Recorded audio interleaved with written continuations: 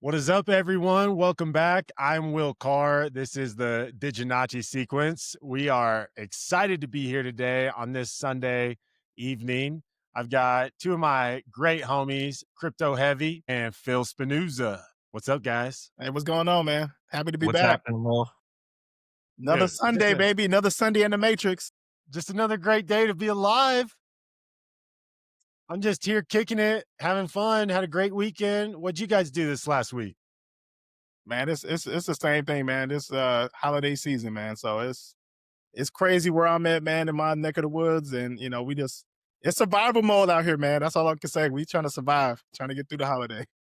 What about you, Yeah, Phil? Just fun tied week. down with work or what? Yeah, well, work always, but had a great dinner during the week with some ex-workers, some old colleagues, and some good buddies. And dinner went a little sideways on us. Turned out to be a late night when it shouldn't have. Those are always the best. Yeah, them the fun times right there. Yeah, Yeah. I've got yeah, my raw milk, so I got nothing to complain about, man. Just getting those good Milk good is vitamins, protein, and fat, baby. yeah. That's great. That's all you need. I could live on raw milk, steak, and honey.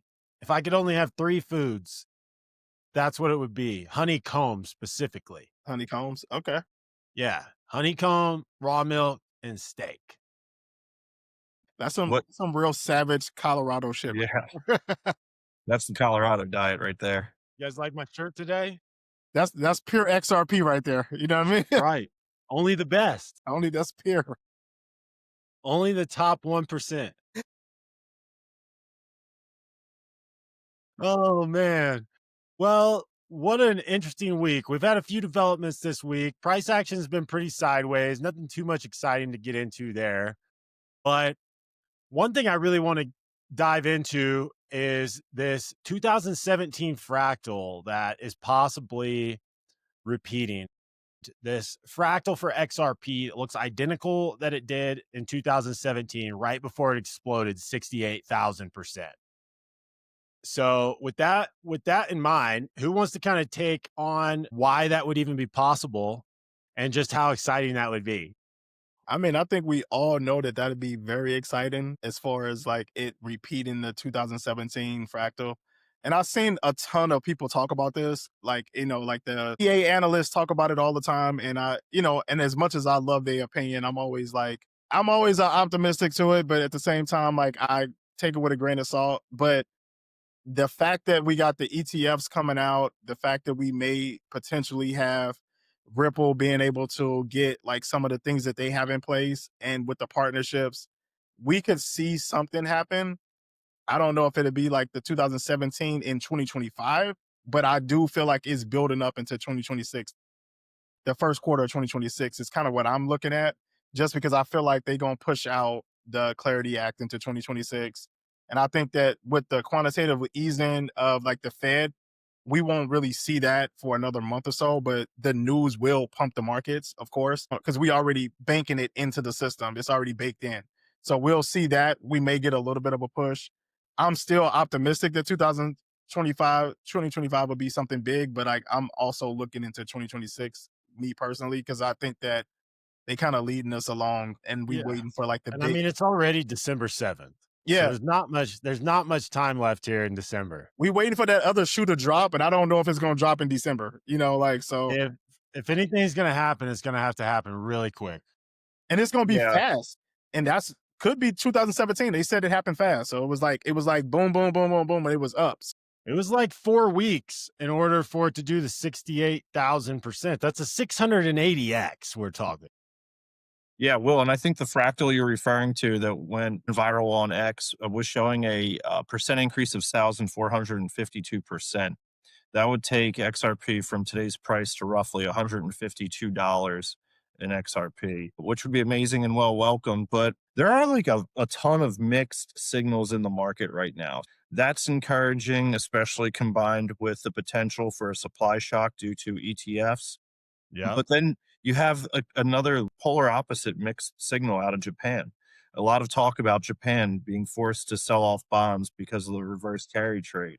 And if that occurs, it's going to put a lot of crazy pressure on Tether, which will force Tether to sell off a ton of Bitcoin, supposedly and speculatively, and would put a lot of downward market pressure. So is that a real possibility? Yeah, it sure is. But is a supply shock a real possibility? Yeah. So I think the market's extremely confused on which way to go right now. I did see today and yesterday that there is a lot of money is shorting XRP right now. There are barely virtually Yeah. no longs on XRP, tons of shorts. And when you see that, I mean, these exchanges front run all of these guys in leverage trading. And if all the money is going one way, they're going to pull the rug out on you and send it the other way. Yeah. So yeah, if the money is on the short, I suspect we'll see a pump and that would liquidate those guys. But also they could be right and they could be forecasting the Japan selling off those bonds. So I think it's a really confusing time. I'm glad I don't leverage right now. I think leverage trading is extremely dangerous in today's market, but It's not for the faint of heart. no, not at all. No. Yeah. And that's all interesting. I think another really interesting thing that I saw today on X is that XRP has had 15 consecutive days of inflows, Hmm. even while all the other crypto ETFs have essentially seen 15 straight days of outflows, Hmm. predominantly Bitcoin and Ethereum. In the last 15 days have seen money flowing out, while XRP in the last 15 days has only seen money coming in every single day. So I think that's where it gets into the potential supply shock with these ETFs is that if the entire supply on the OTC over the counter that these ETFs have to buy from gets completely eaten up and there's nothing left, well, I mean, it's an infinite floor of how high it can go until people will sell. Because if no one is selling at, or if only a handful of people are selling at 5, 7, $10, and that gets eaten up by the ETFs, then it can only continue to go higher. And I think that's where someone like Jake Claver, who has been very aggressively talking about the XRP price over the last couple of weeks. I mean, he is 100% full send 100 plus XRP before January 1st. So, and like we talked about last week, he's no spring chicken in the sense of, I mean, his family for multi generations has run private wealth management, and he's He no down. respected too. He respected around the market and around the community as somebody who doesn't do like hype. You know what I mean? Like he comes from a factual place. So like I think a lot of people value his opinion 100%. Like I think we all do. Like, and he's a stand-up guy. And so like him saying that kind of stuff definitely gets, the hairs on your arms like kind of raising because you like, yo, if that could happen by the end of 2025, like that can change a lot of people's lives. So Totally. But I'm hopeful. I'm you hopeful. talk about him not doing hype.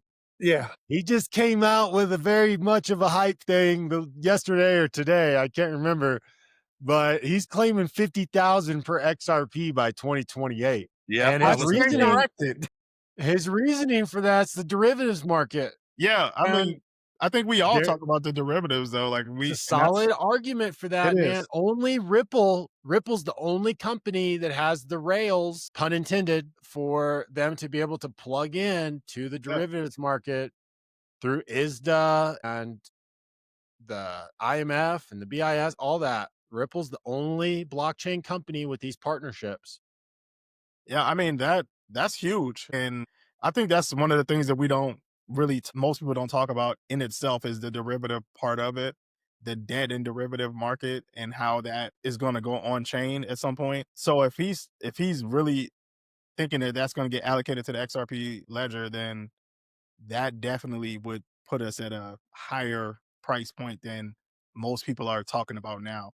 Because we still got people talking about, the fact that, we got the certain amount that's out there and Ripple holds a certain amount. And, like it's more like the stock conversation versus like the blockchain conversation, which is And annoying as hell. we got blockchain backers saying XRP is going back to 50, 60 cents. Did he really? Did he say that recently? you really. I mean, essentially, yeah. I watch his videos religiously to keep me somewhat grounded. And yeah, I mean, he said that in the way that blockchain backer would say that. Yeah, yeah. He's showing a fractal and he basically said if this plays out, it would bottom around 50 to 60 cents. And in Well, this cycle, though, he's saying this cycle. basically, he's saying this cycle's done. I mean, as much as I would want XRP to go to 50 cents, I need it to go to $10 first before it No. does that. Like, let's get to the top of the peak of where we want to go before we go back to 50 cents. Yeah, I mean, low prices allow us to accumulate, but I just personally don't think that's where we're at in the market right now. I don't either. I We're really about to have don't. the Clarity Act pass. The entire global financial system just switched over to ISO messaging standards. We're in a completely different place. And we don't even Silver, have half the ETFs out for XRP. right. Like, there's no Silver price is shock is there. $58. Like, we've never had an environment like this. Yeah. What do you think, Phil? Yeah, I mean, again, I think ETF supply shock could keep prices stable and catapult pricing there. Again, I'm worried about Japan and selling off those bonds and causing a lot of downward pressure on Bitcoin. I think that's the only scenario where XRP gets down to 50, 60 cents. I think last time we were at 50, 60 cents, Bitcoin was around maybe 72-ish, somewhere around there. But when Bitcoin took this other dip, XRP was supposed to go down to like 75 cents and it stayed right around $2. So I don't Yeah. know if there's a correlation there anymore. We might have decoupled a little bit from Bitcoin in that regard. Could I see it happen? Yeah, I could see us going to 50 cents just as easily as I could see us going to $100, Yeah. before the year is over. I really could, I think. But what I do believe in are the fundamentals and the checkpoints that we need Yeah. to look forward to with the Clarity Act, with the XRP spot ETFs buying up supply. There's so much more in front of us here. The fundamentals are too strong. I just feel very confident in it because of that. The ETFs already hold 0.7% of supply. Yeah. So within just these past 15 days, the ETFs have accumulated nearly 1% of the entire supply. And That's big dogs massive. aren't even in the space. I mean, you still don't have BlackRock in here yet. They're Right. definitely coming. There's a handful of others. They're definitely going to get in on this thing. Yeah. And was that last week or this week that Vanguard, was that Wednesday this week that That Vanguard was maybe began this to week, yeah. allow, they don't have their own ETFs, but they're letting their investors buy the other ETFs. Yep. So Vanguard investors can now get in on the crypto too. Yeah, and all the other big houses will follow suit. Best believe it. Yeah, like Bank of America said, 1 to 4% is what they're Mhm. gonna let their clients get into cryptocurrency starting January 1st. So, Yeah. like, I mean, So that's Merrill Lynch. They already been invested with Ripple behind the scenes, but like now they're saying Mhm. it out loud. So, those companies, those institutions are gonna continue to push the narrative for retail and their clients. So, and they see way more than just the average Joe Smo that's learning about crypto through YouTube or TikTok. So they're gonna have actual people talking to them and try to get them to invest, and they're gonna be moving big money into it. So Yeah. we at the top end of where we as retail investors are getting excited. You know what I mean? So And in short-term price action, it's 100% the spot ETFs and the potential they can bring. Long-term and like truly magnificent generational wealth, it's the Clarity Act, and then it's what can Ripple do to position itself to take a bite out of the derivatives market. absolutely. Yeah. That is a ginormous market for just over 4 quadrillion annually. 4 quadrillion is almost hard to even grasp mentally. Just grasp the size of that. You don't need just a small percent is unbelievable. I mean, we talking Crazy. about 1 or 2%. Like Yeah. that. Yeah. But And the it thing with swings it is you financially. don't stop there. Like because we just had in the last week, we had Larry Fink of BlackRock on stage talking about the biggest issue they have in between financial institutions and banking and all that right now is settlement. And that's what he said. Settlement is the biggest problem. When it comes to the derivatives market, the biggest issue is settlement. Well, what has Ripple been saying since 2013 with everyone that they talk to? They're positioning themselves to be the settlement layer for everything. And when you have technology that is this good, that is this innovative, that works this efficiently, you don't just move 1 or 2% over and be like, oh, well, we're just going to make 1 or 2% more efficient. And it's different in the sense of some technology you have to slow roll. And the implementation for something like blockchain, you might slow roll it until you actually launch it. But the day that you launch it, it is just as easy to move over 100% of settlement as it is to move over 1 or 2%. It's Yeah. like it's like when or go ahead. I'll No, I'm tell another sorry. I'm example in sorry. a minute. Please. Well, I was gonna get into like Firelight. Um, and now that they've opened staking for XRP through the Flare network. So I just staked a significant amount of FXRP into a pool that pays 4 to 7%. When I first did it, you move over 100 XRP and then you're like, okay, it worked. So then you move over all the rest, was it substantially more? And that's the way it'll work when these guys decide to do it. And the thing is, they've already done their tests of 100. Like for me, the test was, okay, I did 100. Okay, that worked. I didn't lose 100 XRP. So now I'll do the rest because it's just as easy to do 100,000 as it is to do 100. So that's the way it will be for these financial institutions too, as they bring everything on chain. And I just think what we're about to see is going to be so astronomical.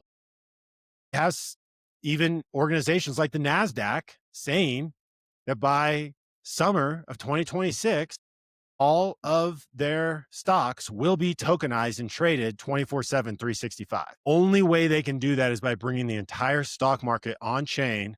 We're talking within 6 to 8 months from now. Yeah, and the president of NASDAQ was at Ripple Swell this year. I mean, come Right. on, come on. How many pieces of the puzzle have to be put together for people? Well, great segue. The puzzle is so extremely complicated. Years ago, I thought this was so much more simple. Also, was a lot younger, a lot more naive. This puzzle is so layered, so nuanced, so complicated. And just to get where we are today, what Ripple had to do just to position XRP and now RLUSD to be in a position for success, unbelievably complicated. And we're not even, I mean, we're closer now to the finish line than we've ever been, but there is still a bit to go here. There's still some hurdles remaining. And I feel like Ripple got some other things that they working on behind the scenes that we may not know yet that they're gonna roll out, Well, especially with the tokenization part of it. yeah, So and with the exactly, and with derivatives, we've been seeing connections with Ripple and XRP to the DTCC for literally the last 5 to 8 years now. I remember back in the day, Brad Kimes had a Telegram group, and anytime you mentioned the DTCC, there was always such a large portion of that group that wanted to laugh you right out of the room. And now, what it was only a couple months ago, the Undeniable. DTCC did a live testing where they settled a transaction utilizing the blockchain. XRP, XLM are two crypto assets they specifically referenced for that experiment. I think it was called the Great Collateral Experimentation. If I could be a bit off on that, but that was really awesome to see. And they did a settlement instantaneously. Well, I only know of two blockchains that they're partnered with that could have even accomplished that. And It's the I'm two you guessing they mentioned. used XRP for that one. They could have used Yeah. XLM. It was probably XRP. most likely XRP. Yeah. And I mean, it's just, we are moving into this time where tokenization and interoperability, it is at our doorstep. The CEO of Axelar, you guys know I'm a big Axelar fan. Mhm. Yeah, it's a The great project. CEO of Axelar has publicly stated 50 trillion tokenized by Christmas this year By Christmas? on Axelar. Yes, Holy shit. just on Axelar. So that's why I'm Yeah. saying if these things are, one of two things is about to happen. Either the CEO of Axelar was completely full of it and he was spouting something off that he didn't know to try to sound good on stage, or within the next 3 weeks, that's going to become a reality. And that's the type of thing, like when you got a Jake Claver saying that we're going to see $100 plus XRP before the end of the year, and go back to what I was saying earlier about how when they decide to bring this stuff on chain, it's not, oh, we're bringing on a little bit, and then a month from now, we're going to bring on a little bit. It is, they might bring on a chunk and be like, okay, yeah, it's operating. But then 7 days later, they're going to bring on all of it because it's going to have worked for that week. And they're going to be like, okay, we brought on 2%. Now we're going to bring on 100% I think because it's that fast. It's that fast. that's the flip of the switch that I think people talk about within the market and within the community. Is not, like you said, like it's not something that happens right away. But as the institutions start to adopt it, they start small, like you said, with 100 XRP to make sure it works. And then once it works, you bring over more. But if they're doing 2%, they see that it works. Then they bring over the rest of the 98%. That's a flip of the switch moment, depending on how much they bring it on. You know what I mean? Like that's where the flip of the switch is not what we think it is. It's institutions adopting it 100%. Like going from the 5% test where they can lose that 5% is like, okay, it didn't work, let's move on, to like that 5% worked over this week or this month or this 2 months.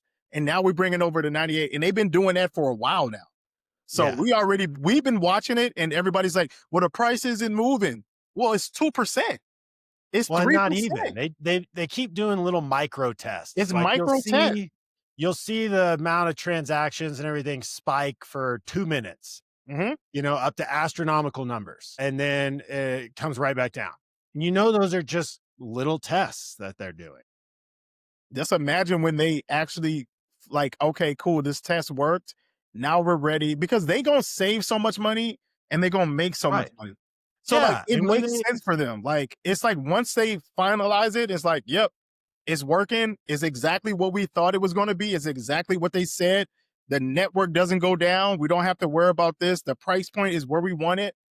Then they're going to go all in. And it's just going to be one after a number dominoes because there's no way these companies, is no way I can feel like these institutions can be like, yo, I can save money and make money by using this blockchain technology. Yeah, And I'm going to let my competitor use it and I don't do nothing with it. It's not exactly. possible. They're businessmen at the end Which of the is day. yep. They want Which to is make why money. they're gonna bring over that 1%, make sure it's working, and then they bring over the rest of the 99 within days. Yep. It's not a slow rollout. And that's why this is gonna shock people. And regardless of whether this happens before Christmas or not, this happens before 2030 Absolutely. Yeah. for sure. Absolutely. So I have a feeling it's going to happen really soon. And of course, we would all like that, those of us that are in. But that's why I think it's going to be one of those moments where you're either in now or you're not. And trying to say, oh, well, a year from now, I'll still have time. Maybe you will. In some ways, I'm like, cool, maybe I can accumulate more if that happens. But also, yeah, I've been here for a long time. I'm ready for that switch, the switch to happen. But we know that that is going to take place very, very soon. And now everything is in place for that to happen, minus the Clarity Act. Mhm. Once the Clarity Act is there is nothing preventing these financial institutions from that switch flip. That is the only thing remaining for the financial institutions to move everything on chain. And I don't think the NASDAQ would say they're going to be trading 24/7, 365 by next summer if they weren't confident that the Clarity Act and everything else would be in place before then. 100%. Mhm. And I even want to think that the CEO of Axelar isn't blowing smoke. But is it possible that when he said that several months ago, that maybe it doesn't happen by the end of this year, and maybe it happens more like the timeline that NASDAQ's talking about next summer? It's completely possible. But either way, even if it's the NASDAQ timeline and everything flips right when they decide to go 24/7, 365, that's 6 months from now. You don't have much time left. There's You not gotta much think. time. You gotta think like that was before we knew we was gonna have a government shutdown and some of the tariff stuff. And like all those things are factors that I think is gonna impact the timeline, even for the Clarity Act. Because without that, I think we would have got some stuff sooner at the end of this year, like we had planned on it. But even if it is, like you said, the summer, that's still before 2030.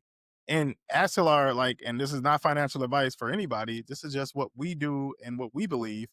But that is something that you want to have in your portfolio because it will be one of those assets that will appreciate over time because they're doing something that everybody is going to want to be a part of, and they're early to the race. Yeah. So it's going to be other companies that come out, but they're already here doing the things that they need to do, and they already got tests that's already being ran from institutions that are big institutions. So, Yeah. that's one of those ones that you want to take a look at, do some research on, and maybe grab some because it's still at a really good price. Yeah. And if you want to understand Axelar, dive into Maja Loop, MAJA Loop. So I won't go any deeper into that other than just the massive financial institution that is testing their interoperability with Axelar. So Axelar is going to be a big one. It's going to be a I mean, big guys, to kind of wrap up, would we like to talk like what's everybody's top 5 favorite, or just like, I'm going to say 3 to 5. What's your 3 to 5 favorite tokens right now, other than XRP? Because obviously XRP is all of our favorites. Yeah. For me, I got a big position in Velo. I'm a big component of Velo. I think Velo is going to be one of those ones.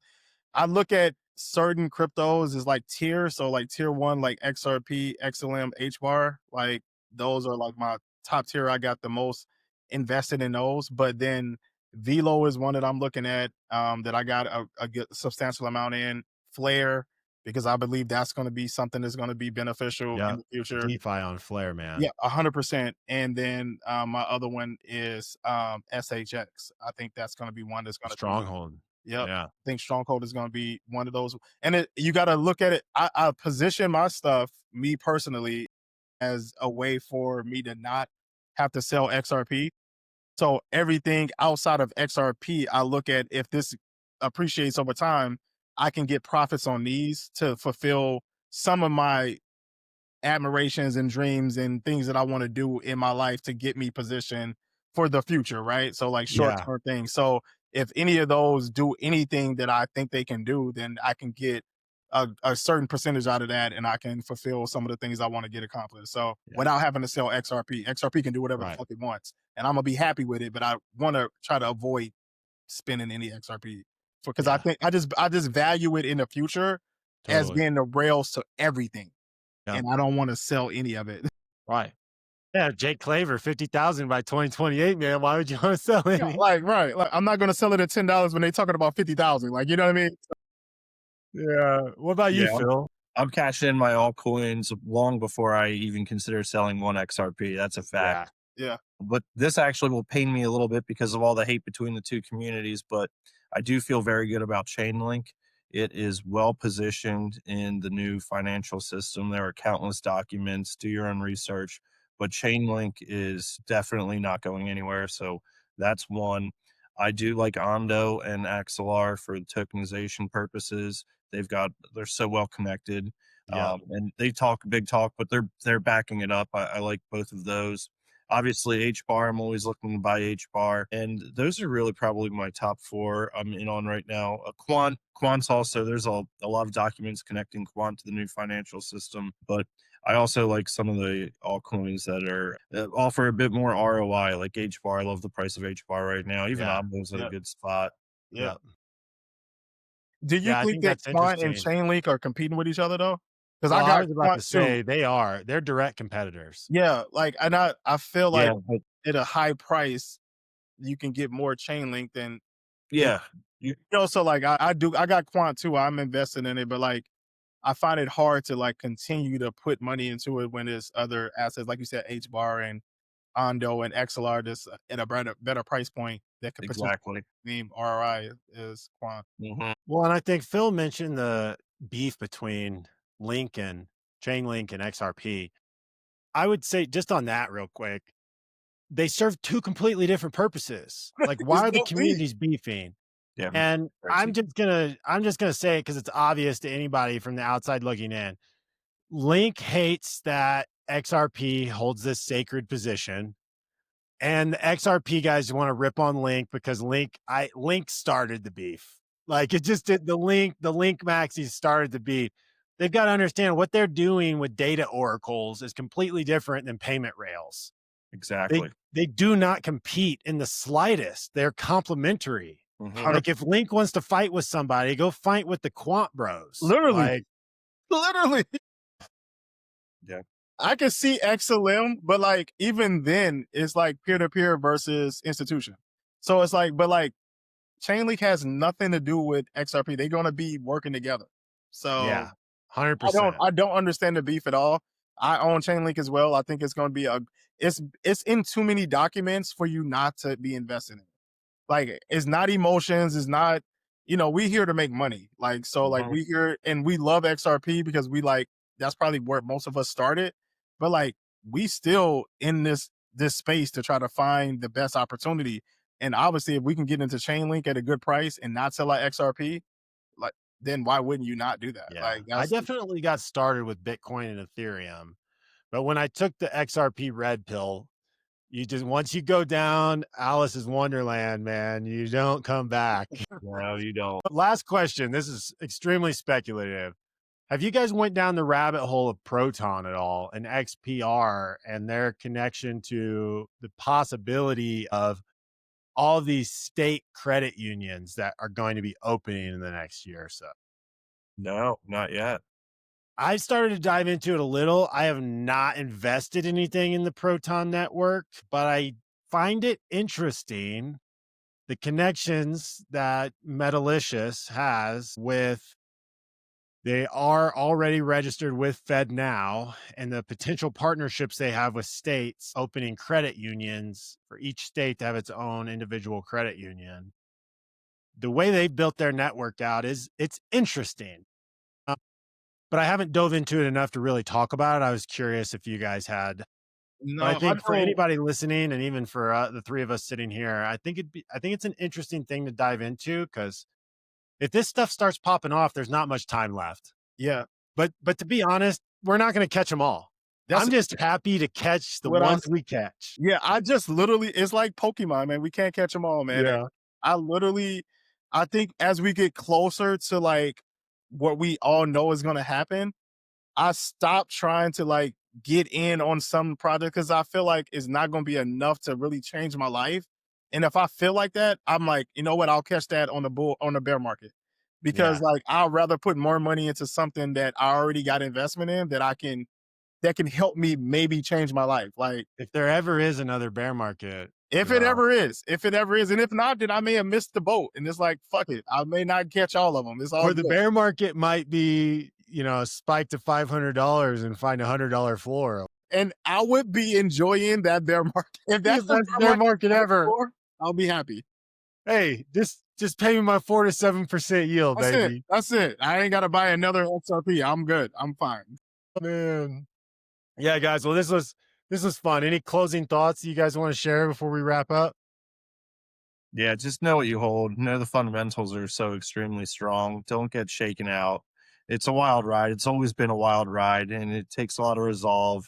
Don't watch the price daily. Just watch your favorite YouTubers and enjoy all the news because every day, every other day, something fun and exciting comes to light, and there's always a new topic to discuss. It's a great space to be a part of. So just stick around and thank us later. Yeah. Yeah. I would say definitely like don't check the price, touch some grass, enjoy life because everything ain't about crypto. We Yeah. talk about Man. crypto because we love it and we enjoy having a conversation about it. Your favorite YouTuber loves it and they want to talk about it. But like if you are just a novice or you just getting into the market, watch us, watch other YouTubers and get like a different perspective just because like everybody has a different take on it and everybody's take is important because it can really help the catalyst of you and how you position yourself when you get in this market. So Yeah. And I would just say take action, not financial advice, but learn. But I really don't think you have much time left I unless agree. if you're going to dive in and really try to learn something over the course of 4, 5, 6 days, go ahead and do that and take that amount of time.